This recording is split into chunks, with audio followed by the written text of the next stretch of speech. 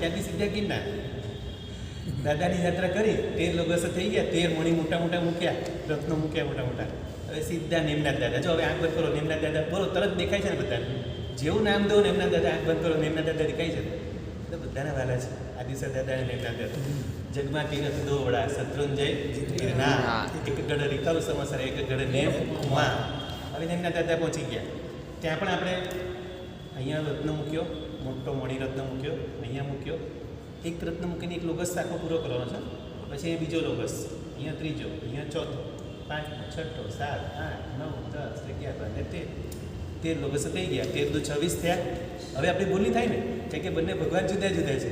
એટલે આપણે શું છે, રોજ એક જગ્યાએ જે પૂજા કરતા આપણે કરશું ને, તો પહેલી વાર કરી, બીજી વાર કરી કે ત્રીજી વાર કરી, ક્યાંક ગણવામાં ભૂલ થાય તો પાછું પહેલેથી કાવસર કરવો પડે. અને આ તો 40 લોગસનો કાવસર, પાછું પહેલેથી કરો તો આપણે બધાની પાછળ રહી જઈએ.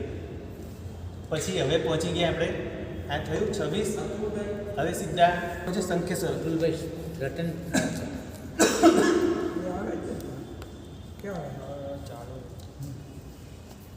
હવે આપણે સીધા પહોંચી જવાનું સંકેશ્વર પાર્શ્વનાથ દાદા. ડાયરેક્ટ સંકેશ્વરથી પહોંચી જવાનું. બરાબર. આપણી પાસે તો વિમાન છે, ઇન્દ્ર મહારાજાને શું વાર લાગે, ફટાફટ 1 સેકન્ડમાં પહોંચી ગયું. હવે સંકેશ્વર પાર્શ્વનાથ દાદાને પણ આ રીતે 13 કર્યા. હવે કેટલા થયા ટોટલ લોગસ?